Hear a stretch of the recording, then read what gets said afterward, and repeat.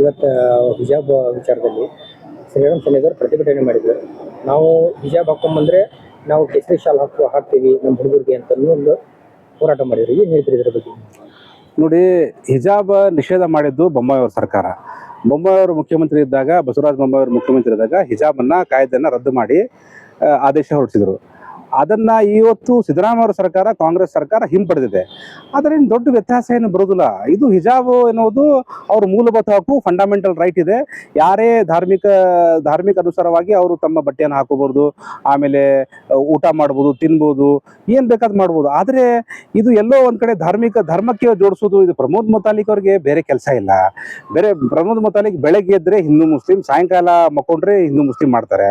ಅವ್ರಿಗೆ ನಾನಾದರೂ ಹುಟ್ಟಿನಿಂದ ಇಷ್ಟು ಮಟ್ಟಿಗೆ ಬೆಳೆದಿದ್ದೀನಿ ಹುಬ್ಬಳ್ಳಿಯಲ್ಲಿ, ಇನ್ನೂವರೆಗೂ ಪ್ರಮೋದ್ ಮುತಾಲಿಕ್ ಒಂದು ವಿಡಿಯೋ ನಾನು ನೋಡಿಲ್ಲ.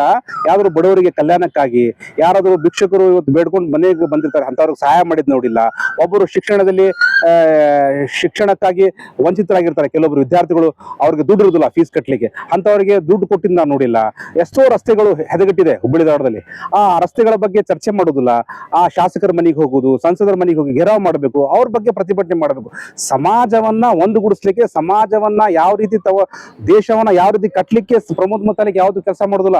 ಪ್ರಮೋದ್ ಮುತಾಲಿಕ್ ಅವರು ಬ್ರಿಟಿಷರು ಯಾವ ರೀತಿ ಆಡಳಿತ ಮಾಡ್ತಿದ್ರಲ್ಲ, ಕೂಡದಲ್ಲಿ ಏನು ಬ್ರಿಟಿಷರು ಯಾವ ರೀತಿ ಹಿಂದೂ ಮತ್ತು ಮುಸಲ್ಮಾನರ ಮಧ್ಯೆ ಹೇಗೆ ಗಾಡಿ ವಿಷ ಬೀಜ ಹಾಕ್ತಿದ್ರಲ್ಲ, ಅದೇ ರೀತಿ ಬ್ರಿಟಿಷರ ಪಾಲಿಸಿಯನ್ನ ಇವತ್ತು ಪ್ರಮೋದ್ ಮುತಾಲಿಕ್ ಅವರು ಅನುಸರಿಸ್ತಿದ್ದಾರೆ. ಪ್ರಮೋದ್ ಮುತಾಲಿಕ್ ಅವ್ರಿಗೆ ಬೇರೆ ಕೆಲಸ ಇಲ್ಲ. ನಾನು ಪ್ರಮೋದ್ ಮುತಾಲಿಕ್ ಈ ಮಾಧ್ಯಮದ ಮೂಲಕ ಆಗ್ರಹ ಮಾಡ್ತೇನೆ, ತಮ್ದು ವಯಸ್ಸಾಗಿದೆ, ಈ ವಯಸ್ಸಲ್ಲಿ ತಾವು ಉಪದೇಶ ಮಾಡಬೇಕು. ಸಾರ್ವಜನಿಕರಿಗೆ, ಯುವಕರಿಗೆ ಒಳ್ಳೆ ದಾರಿಗೆ ಹೋಗಿ ಶಿಕ್ಷಣ ಪಡೀರಿ, ಒಳ್ಳೆ ಕೆಲಸ ಮಾಡಿ, ಒಳ್ಳೆ ಸಮಾಜ ಕಟ್ರಿ.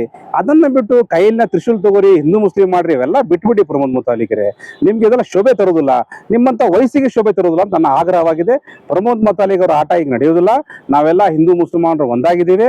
ಇವಂತ ಹೇಳಿಕೆಗಳಿಂದ ಏನು ಸಮಾಜದಲ್ಲಿ ಏನು ಅಶಾಂತಿ ಉಂಟು ಆಗುವುದಿಲ್ಲ ಅಂತ ನನ್ನ ಭಾವನೆ ಆಗಿದೆ. ಮುಂದಿನ ದಿನಗಳಲ್ಲಿ ನ್ಯಾಯಾಲಯ ಇದೆ, ಶಾಸಕಾಂಗ, ಕಾರ್ಯಾಂಗ, ನ್ಯಾಯಾಂಗ ವ್ಯವಸ್ಥೆ ಇದೆ.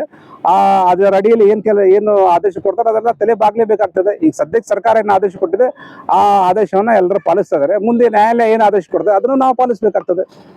Thank you.